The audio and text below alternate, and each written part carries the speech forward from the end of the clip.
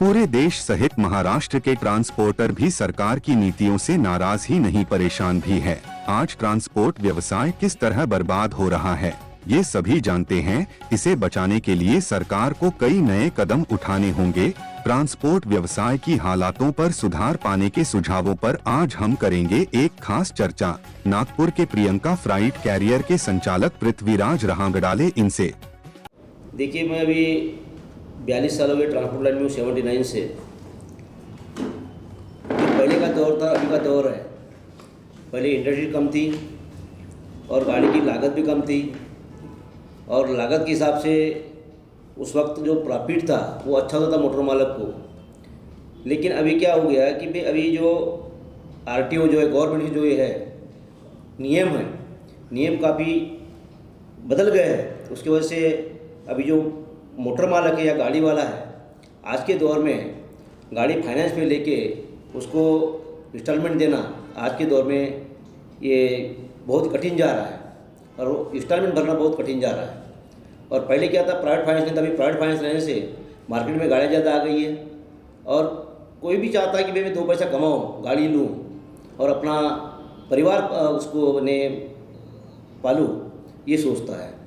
एक दौर था, पहले लोग गाड़ी लाइन में ज़्यादातर हाथ आजमाते थे, किस्मत आजमाते थे। आजकल ऐसा क्या हो गया कि बिल्कुल ट्रांसपोर्ट की तरफ या ट्रेवल्स की तरफ लोगों का ध्यान ही नहीं है इस बिजनेस में? तो इसका एक रीज़न है कि अभी डीजल के रेट, गाड़ी की कीमत जो भी है, पहले एक दौर था कि 1.5 लाख में एक 6 आता, एक दौर था। आज एक 40 लाख में गाड़ी आती है। और अभी क्या हो गया कि भाई पेट्रोल और डीजल के रेट बढ़ने से, और इंडस्ट्रीज में भी जैसे भी इंडस्ट्री जो वही है, इंडस्ट्री बंद होती जा रही है। नागपुर में जो है, अब मिहान जो था, मिहान के प्रोपोगंडा काफ़ी हुआ, लेकिन जो डेवलपमेंट चाहिए था, जैसा भी एक सेंट्रल कैपिटल है नागपुर जो है, इंडिया का सेंट्रल कैपिटल है, और सेंट्रल कैपिटल रहने से यहाँ पे हर प्रांत की गाड़ी आती है। यहाँ क्रॉसिंग सेंटर पहले था, तो यहाँ पे विदर्भ में जो है, विदर्भ में जो इंडस्ट्री जो आना चाहिए, इंडस्ट्री अभी तक नहीं आई है। यहाँ पे सिर्फ सीमेंट और लोहा, यहाँ खनिज संपदा काफ़ी है, पानी भी मुबलक है, इलेक्ट्रिसिटी भी है। लेकिन कुछ पॉलिटिकल्स की वजह से ये जो राजनीतिक लोग हैं, ये विदर्भ पे भी ध्यान नहीं है। सिर्फ पश्चिम महाराष्ट्र, उधर में तुम्हारा मराठवाड़ा, थोड़ा सा औरंगाबाद साइड, इधर में ज़्यादा ध्यान है। अगर अपने नागपुर में अगर इंडस्ट्री जाएगा तो एक दौर अच्छा आएगा कि गाड़ी वाले का, कि भाई उसको एक अच्छा एक रोज़गार मिलेगा, और जो भी है कि एक अपना जो बेरोजगारी का मुद्दा जो है वो भी सफल हो जाएगा। नितिन गडकरी जी का ये कहना है कि ट्रांसपोर्ट के लिए सीएनजी जो है वरदान साबित हो सकता है, तो क्या लगता है आपको इस विषय में? ठीक है, सीएनजी गडकरी साहब का ठीक है कहना कि सीएनजी के ऊपर से ठीक वरदान होगा, लेकिन सीएनजी कहाँ तक उपलब्धता होगी, ये एक बात है ना। तो भाई सीएनजी ऐसा है, अभी आज के दौर में इलेक्ट्रिक गाड़ी बोलते हैं, इलेक्ट्रिक व्हीकल होना चाहिए, इलेक्ट्रिक व्हीकल होना चाहिए। लेकिन आज के दौर में आज डीजल और पेट्रोल के ऊपर गाड़ी ज़्यादा सेल हो रहा है। आज बसें चलाई म्यूनसिपल कॉर्पोरेटर ने, वो भी प्रयास किया उन्होंने, वो भी सफल नहीं हुआ है। तो सीएनजी उपलब्धता होना चाहिए, उसके सेंटर होना चाहिए। अब इलेक्ट्रिक व्हीकल बोला तो इलेक्ट्रिक व्हीकल के तुम्हारे पॉइंट्स होना चाहिए, जहाँ भी जाना है, अपने लॉन्ग टूर पे जाना है, यहाँ से 1000 किलोमीटर जाना है, तो उसके लिए एक सेंटर चाहिए। तब ऐसा सीएनजी की भी पेट्रोल पंप अगर खुल जाए, गवर्नमेंट उसके लिए फैसिलिटी दे, तो वो भी ट्रक वाले करेंगे, 2 पैसा उसमें भी बच जाएगा। इंडियन इकोनॉमी में ट्रांसपोर्ट क्षेत्र जो है ये रीढ़ की हड्डी मानी जाती है। इस ट्रांसपोर्ट क्षेत्र को पटरी पर लाने के लिए आपके पास क्या सुझाव सरकार के लिए, या आप किस प्रकार का तरीका अवलंबन करें? आपकी बात सही है कि भाई जो ट्रांसपोर्ट जो है ऐसा है कि यह एक माध्यम है कि ये रीढ़ की हड्डी है, और रीढ़ की हड्डी इसलिए है कि रेल का जो इंफ्रास्ट्रक्चर है, रेल का इंफ्रास्ट्रक्चर हर देहात में नहीं जाता। एक ऐसा एक माध्यम है ट्रक का कि हर देहात में, खेड़े पाड़े में आदमी जो भी अपनी जनता है वहाँ तक माल पहुँचाता है। तो उसके लिए सुझाव यही है कि भाई एक तो इंफ्रास्ट्रक्चर बढ़ गया, रोड जो देहात में है ये भी है, लेकिन इसमें जो कास्ट जो है, आज जो डीजल की वजह से महंगाई इतनी बढ़ गई है कि भाई जो देहात का आदमी है, जैसा अभी मैं किसान से बिलोंग करता हूँ, आज धान के भाव वहीं के वहीं हैं। इस साल कपास के भाव थोड़ा 10,000 तक चले गए। आज धान की उपज इतनी होती है कि जो भी फसल है, जो भी क्रॉप है ज़्यादा हो गया तो उसका मार्केट में वैल्यूएशन कम हो जाता है, भाव कम होता है। तो जब तक देहात को है, मेन रीढ़ की हड्डी तो ट्रांसपोर्ट है, वैसा देहात भी जो अपना कृषि प्रधान देश है, और जब तक किसान को थोड़ा मुबलक पैसा नहीं मिलेगा तो जो रोटेशन है, रोटेशन जब तक मार्केट में आएगा नहीं तो मार्केट में पैसा भी नहीं आएगा, किसान को पैसा नहीं जाएगा, किसान जब पैसा आएगा तो मार्केट में आएगा। तो ये रोटेशन जो पैसे का, तो ये ट्रांसपोर्ट तो ये रीढ़ की हड्डी है। इसके ऊपर गवर्नमेंट में जो अभी जो बॉर्डर्स है या हर क्षेत्र में अभी जैसे भी एक गाड़ी में ओवरलोड होता है थोड़ा सा, तो आज हमने अपनी कंपनी गाड़ी थी उसमें 500 किलो ज़्यादा वेट हो गया तो उसके लिए 72,000 उसने फाइन कर लिया। एक छोटा गाड़ी था, एक टाटा एस, एक 20 किलो उसमें था तो उसको 42,000 फाइन कर लिया। तो जब गवर्नमेंट के जो बॉर्डर्स है, ये स्टेट के बॉर्डर्स है, जो RTO के जो बोलते हैं, ठीक है, रोड का इंफ्रास्ट्रक्चर मैं बोल रहा हूँ, अभी 10 चक्का गाड़ी था उसका पासिंग था 16 टन का, अभी 20 टन कर दिया। जो 12 चक्का था उसका 25 टन कर दिया, और जो 14 चक्का था उसका 30 टन कर दिया। तो ये अच्छा है, इसके हिसाब से रोड भी बनते हैं। और इंफ्रास्ट्रक्चर गडकरी साहब ने अच्छा किया है कि आज ऑल इंडिया में उन्होंने रोड का जो इंफ्रास्ट्रक्चर किया है काफ़ी अच्छा किया है। तो इसलिए ये क्या है कि एक जो कागजात गाड़ी के सही रहने के बावजूद भी RTO जहाँ वहाँ रोड पे खड़े होके उसकी वसूली लेते हैं, एंट्री लेते हैं, उसका कोई लेखा जोखा नहीं रहता। तो इसके ऊपर स्टेट गवर्नमेंट हो, स्टेट RTO हो या सेंट्रल गवर्नमेंट हो, इन्हें ध्यान देना चाहिए।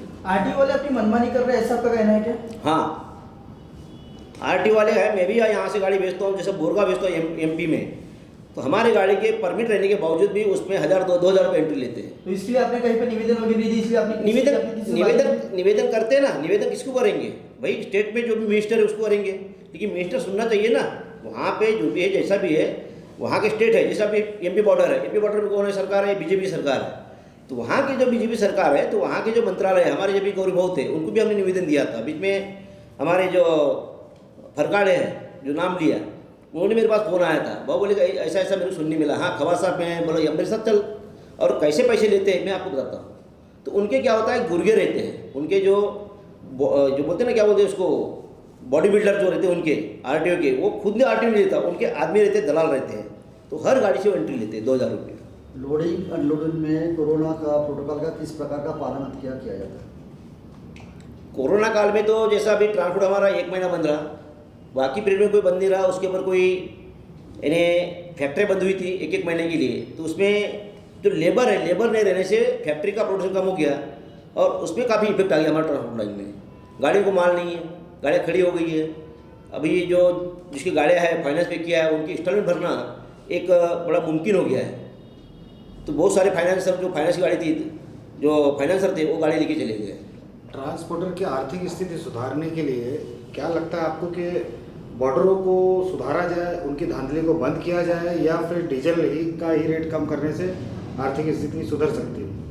आर्थिक स्थिति तो सुधरेगी कि RTO का एक तो एक ही है, और मैं आपको पहले ही बताया कि जैसा भी जहाँ भी सेंटर प्लेस है, जो भी है, इंडस्ट्री जाएगी तो इंडस्ट्री जाएगी, प्रोडक्शन होगा तो गाड़ी वाले को माल मिलेगा। अब जैसे मैं यहाँ से गाड़ी भेजा, कहीं भेजा, मैं बम्बई भेजा, बम्बई से माल नहीं मिलता, 4 दिन गाड़ी खड़ी रहती है।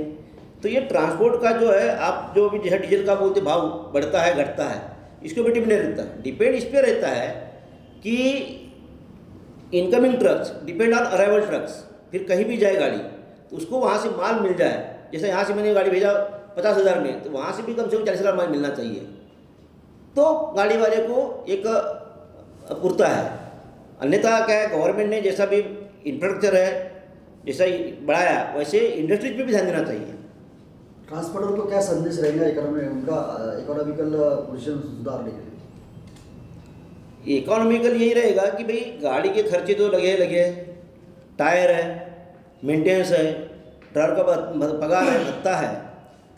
तो एक है सुझाव, यानी ट्रांसपोर्ट लेके हमारे गाड़ी वाले के सुझाव ऐसा कोई नहीं है कि हमको अगर ये जो खर्चे हैं, खर्चे जैसे भी RTO का हो गया, बाकी अदर्स हो गया, टायर रेट तो बढ़ते जा रहा है, स्पीड ब्रेक बढ़ते जा रहे हैं। आपको पता है ना, उदाहरण मैंने दिया कि भाई एक 1.5 लाख का शीशा था, आज 40 लाख में गाड़ी होती है।